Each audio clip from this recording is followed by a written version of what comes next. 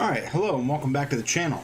So I wanted to go ahead and give you guys something interesting today. I hope you'll find this interesting. I came up with this. These are my top 10 things to do as a cybersecurity professional. So, or if you're interested in breaking into the industry. So these are not all-inclusive. This is not necessarily going to be an exact science. These are just things that I've noticed as trends in the industry, things that have worked for me and allowed me to be able to advance my career and also be able to be successful. Sometimes these things that are on this list, they were not necessarily easy. I'm not going to sit here and say I'm an expert in all things, end all be all of everything. I am a cloud ninja or a programming ninja or an IT ninja, although I consider myself to be pretty well read on just about everything IT, minus a few key areas where I'm just not an expert in, but I can generally converse with almost anybody. I can talk to anybody about IT, and I'm very passionate about learning. If I don't know something, then I will try my best to become an expert in a short amount of time. And that's what has allowed me to overcome maybe some of the gaps in knowledge. But you might say, Chris, well, what am I supposed to do about it's a pandemic right now? Well, it's a perfect time to break into the industry. And there are many different free resources that you can use to get into IT. You don't have to have a wealth of certifications or advanced degrees. You don't have to have pieces of paper that say that you're able to take a class and sit in a college class and take tests. Now, those things do help. They help you on resumes, but by no means are they the end-all be-all of how you get your foot in the door. So, and also some of these things will also be what I would like to call, they help you stay competitive. So now some people might say that, well, you know, I was told by this person or that person I had to have this certification to get that job. You know, you got to have CH, or you got to have Security Plus, or you got to have OSCP if you want to be an ethical hacker. No. These are not things that you need to yes, they're definitely goals, but a lot of it comes down to work ethic, your attitude, your passion, your drive. Do you look at a device like your smartphone and do you try and make it do other things? Maybe you have a device like the Raspberry Pi, which if I can figure out where I put mine, I would show you guys. But I plan on doing many different things, demos to help you guys get better acquainted, especially right now. And to me, this is the coolest thing about why we have this medium now, to talk to each other during the pandemic. IT is something that there are always going to be people that are considered essential. There's going to be people that manage servers. There's going to be data center people. There's going to be SOC analysts. There's going to be threat hunters. There's going to be penetration testers. There's going to be regular help desk personnel. Somebody has to fix the hardware. Someone's got to fill up the printer when the printer runs out of ink. So there's lots of different things you might be asked to do as a cybersecurity professional that you might say, well, it's not exactly like the most attractive thing. It's not hacking into the mainframe and making off with all the vital state secrets. But so these are the top 10 things I came up with. Of course, keep in mind that this may not be necessarily 100% gospel, but I've looked around many of the different surveys that come out, like Gartner and IDG and other things, and I've noticed these seem to be recurring themes. So keep in mind this is not all inclusive, but number one, certifications. So certifications are important. Again, I said they're not the end-all be-all, but they're a good way to advance your knowledge. So certifications, you know, like CompTIA, EC Council, ISC Squared, SANS, you know, there are many different certifications out there, and it's almost like a jungle out there. So don't think that you have to have one certification or one, you know, get multiple certifications if you can. Now, some certifications, you know, may be too expensive. Like there are some classes that are several thousands upon thousands of dollars, and they're just not something you want to do.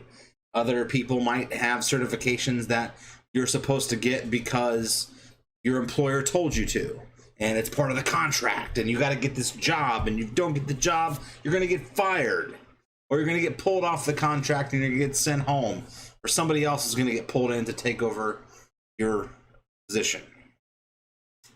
So I understand all those things. Number two, learn Linux. Linux, there are tons and tons of things you can do with Linux. Linux is everywhere. For example, if we open up the Microsoft Store, we can actually go in here and we can see that Microsoft has kindly decided to allow Windows to run Linux. Amazing. Who would have thought that we would now be seeing Linux in the Microsoft Store? Now, I'm not going to say this is the best way to run Linux, but it is a way to run Linux. Even notice that they had the penetration testing distribution Kali Linux there. So there's Windows terminal, there are terminals upon terminals, so you can run a Linux terminal on your Windows machine. Amazing. So Linux will open lots of doors for you, but to many people Linux is scary, and that's okay. Learn command line. So what I mean by command line, when you open up your Windows prompt and you type CMD and you start performing tasks, so you type in commands like ipconfig to try and find out, or you want to ping something to see if it's operational. So learn how to work with your command line. Know how to, if you don't know what a command does, figure out the syntax. So that's also included with PowerShell. I include PowerShell on the command line because there are many different things that PowerShell can do for you. So PowerShell has commandlets, right? So PowerShell even has nice graphical interfaces that you can use to manipulate. Of course, you can run command line on Linux, Unix. If you have a Mac computer, you've already got a command line. There are tons and tons of resources that are out there that help you learn Linux, command line. Learn cloud. Well, if I haven't been clear on the proclivities for cloud, there are many different resources for cloud. You can go to cloud.google.com. You can get a free trial up to $300 in free credits. 20 different products. Now, you got to put in a credit card number, but again, this is free resources. So free tier. So they basically, you can do containers, you can do virtual machines, you can do big data, you could do machine learning. If you want to train your machine, if you're a coder and you want to do machine learning, it's amazing the things you can get for free these days. And the time when everything seems more expensive and your dollar seems to go less and less, the cloud is one of those things that it's just amazing that you can find what you can find in the cloud. Same thing with Amazon. You want to find the free tier, there's some things that are always going to be free, and that's great. You can get 12 months of all these different types of services. Maybe you don't want to go with one of the big providers. What about Linode? Linode's been around actually longer than Amazon, and it's a cloud that is tailored to developers. What about DigitalOcean? So there are many different cloud providers. You may not even know about all these, and I'll put all these links in the description of the video as well. You can sign in and deploy all kinds of things, databases, servers. You can deploy, if you want to deploy a Minecraft server in the cloud, you can do that. If you want to deploy some type of web application, maybe you want to write a mobile application, all kinds of stuff you can do with the cloud. And all empowered by the command line. So if you understand Linux and you understand the command line, you can understand the cloud. I often say that the cloud is simply just virtualization with somebody else's hardware. If you understand virtualization, which we'll talk about in a minute, create a GitHub account. If you're not familiar with GitHub, GitHub is owned by Microsoft. GitHub is a code repository. You can actually start learning GitHub without knowing any code at all. You can actually create your own Hello World app, create a repository, and it walks you through step by step. You don't have to do anything. But what else does GitHub have for you besides code? Well, you can type in cybersecurity, and you can find all kinds of resources. You can find tools. This one is says CISA Gov. How to run. So there are many free repositories out there that provide all kinds of resources. Python, JavaScript, Jupyter Notebook, wikis, wiki pages. You can find links upon links of cybersecurity resources. Many schools now use GitHub for their learning because it's a place to provide information. So it's targeted towards developers, but it's not required, and it's free, and you can connect GitHub to a great many other things. So what about GitHub? Attend a cybersecurity conference. Well, of course, these are things that are more difficult these days thanks to COVID, but a lot of the developer conferences, Black Hat, DEF CON, they did their first virtual conferences. So we have coming up not too long from now, spring trainings. We have Black Hat USA, usually in the summertime. So start the planning now. Maybe by then it won't be virtual and you'll be able to actually go to one. What about DEF CON? So DEF CON, another conference, and you can go see, once the conferences happen, they post a lot of their research and papers and information. So you can get all kinds of education here just from following one of these sites. There's also, of course, RSA conference, which is a pretty popular place for security-minded people to talk. So lots of different sessions. So virtual experience, May 17th to May 20th, 2021. So you can find the different topics that were discussed, everything from mobile and Internet of Things. So it's a great time to be in security and cybersecurity because there's just so much out there. Number 7, always be learning. So this is something that a lot of the older cybersecurity folks may struggle with. Now it's tough to learn a new skill, you know, and there's not always training budgets, and your boss is always asking you to do more with less, and they never give you enough time to do the job, it seems. So try to always be learning, even if you spend 5-10 minutes a day just to learn some new skill or some new tool. And we may do a video just on that, how you can do that yourself. So give back to cybersecurity in some way. What does that mean? Well, share the information. You know, talk to people, talk to your family, talk to your friends. Maybe you got a family member that's struggling with a new phone they just bought at Christmas or over the holidays, and they don't know what to do with it. Or maybe they don't know anything about security and they need help securing their Facebook because their Facebook's just been hacked. Or they don't know what creating a good password means. So these are all things that you absolutely should do as a way to further yourself and to help others. So pay it forward. You know, help new people that are brand new to cybersecurity. Give them the knowledge that you have. If you're an expert and you're an IT ninja out there, go for it. So of course, be humble. I can't say enough things about being humble because these are things that it's difficult for many people to do. So be humble. You're not going to know everything. Even if you are the best at your job and what you do, you're not always going to know everything. And that's okay.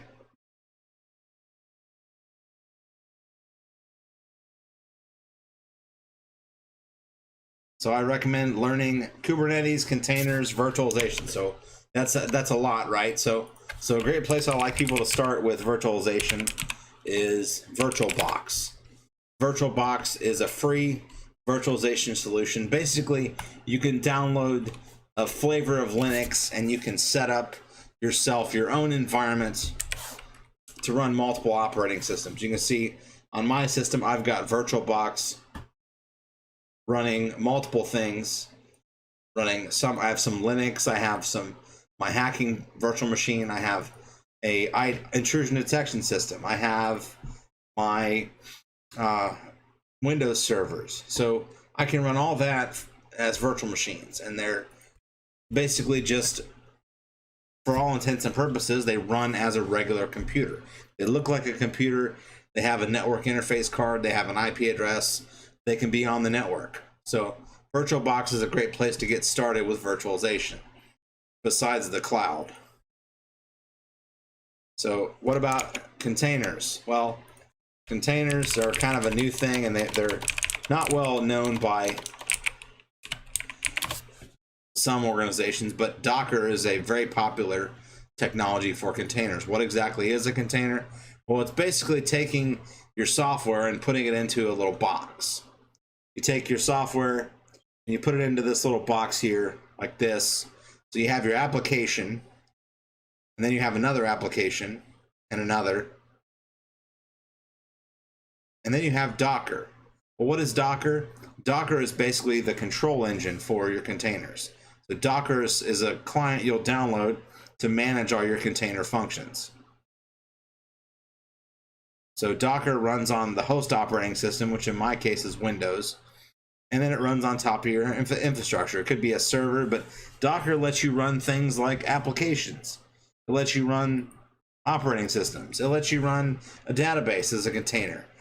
One benefit of the containers is that it's much more lightweight than virtual machines. So containers are very popular by developers because it allows you to get up and running very easily without having to manage all the servers in the background.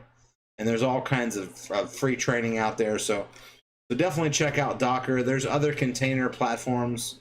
Then you have Kubernetes, which is basically just a fancy word for saying orchestration. So what is Kubernetes versus Docker? Well, if you want to run things like microservices, so maybe you want to run something in Microsoft Azure, so it's not really an either or. They're two different things, or they're two complementary things. So Kubernetes allows you to orchestrate your containers.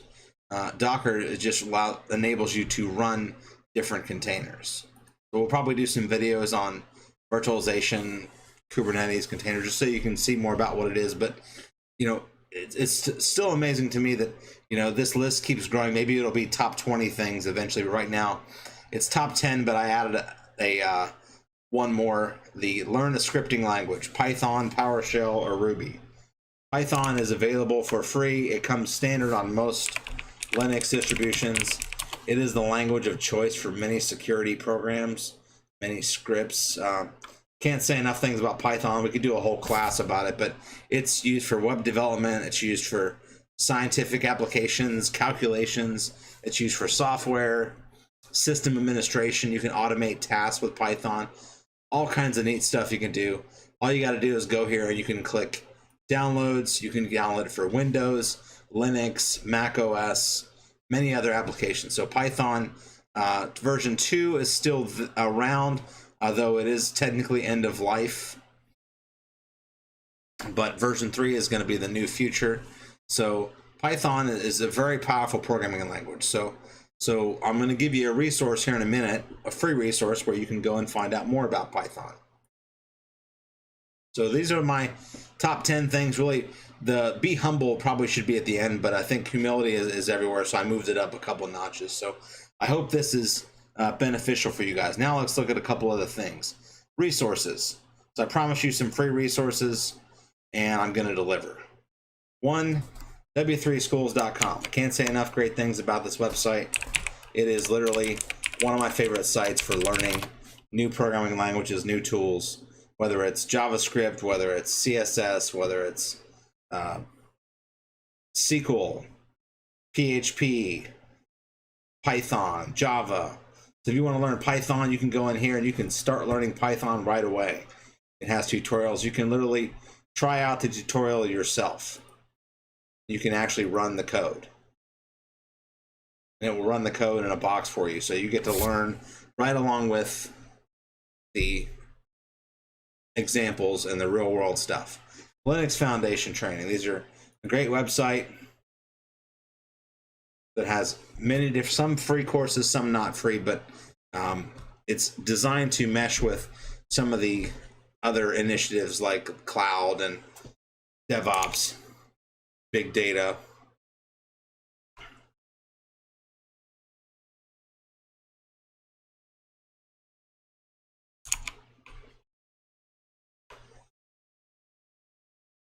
So what else? CIO.com. So it's a great site for tech news, analysis, blogs, all that kind of good stuff.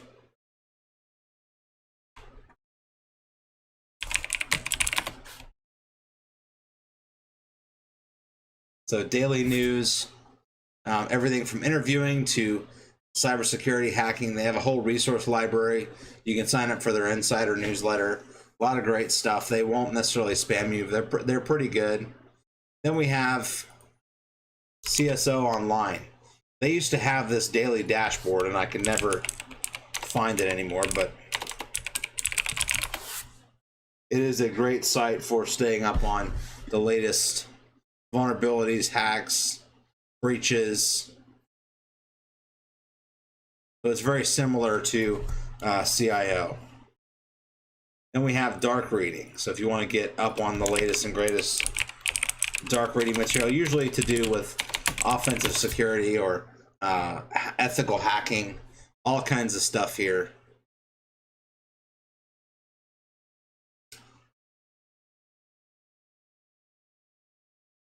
So you can look at analytics, attacks, data breaches, so much stuff.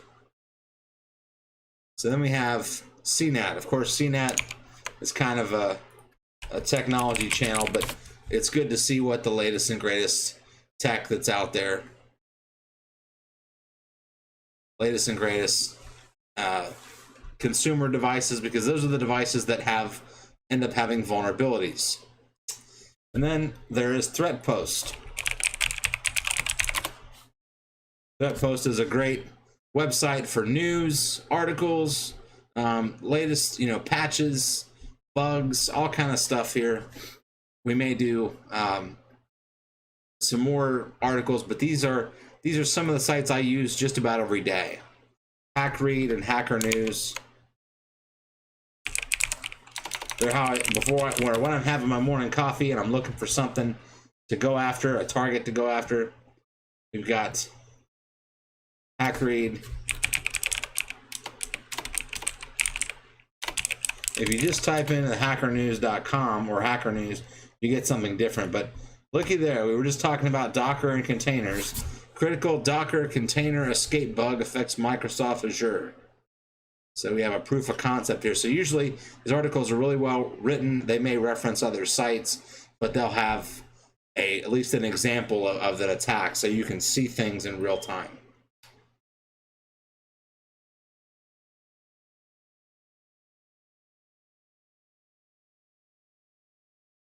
So Brian Krebs and Sectools.org. I've talked about Sectools in my Nmap video. Sectools is where you can get tons and tons of free tools for the taking. And then you have DistroWatch. DistroWatch.com. Put the fun back into computing. Well, if you love Linux like I do, there are so many different flavors of Linux. Like what? Over 100 top flavors right here of Linux. You can post in the comments what your favorite flavor of Linux is. I'm partial to Manjaro, but there are other Linux flavors that I really like as well, like Pop OS, just because of how clean it looks. So it's a great time to get into Linux, the cloud, all kinds of stuff at your disposal. I really hope that this video was interesting for you guys. I hope that you got a lot out of it. I hope that it was. Make sure that you go over to my YouTube channel, subscribe. You can go over here and you can. It's Techno Soldier Gaming, but again, I'm doing more tech stuff, so I may change up the logo at some point, but I do everything from gaming to all my tech videos, building my ethical hacking playlist. Let me know what you want to see me do on here. I'm trying to hit 100 subscribers, and then I want to hit 1,000 subscribers so I can start monetizing. Really, I'm doing this because I love sharing stuff with you guys. So that's what I really want to do. That's what I'm passionate about. I want to say thank you guys so much for watching. Follow me over on Twitter, Army Ninja Captain. Follow me on Facebook. I have a tech blog over there. It's the Chris Hefner Tech blog. Follow me over on Rumble at Tech Soldier. gaming. Also, so Rumble is a new one. Still kind of learning the platform, but Rumble, Techno Soldier Gaming. There's lots of cute little viral videos over there. So follow me on there, comment over there. Definitely want to engage as many of you as I can.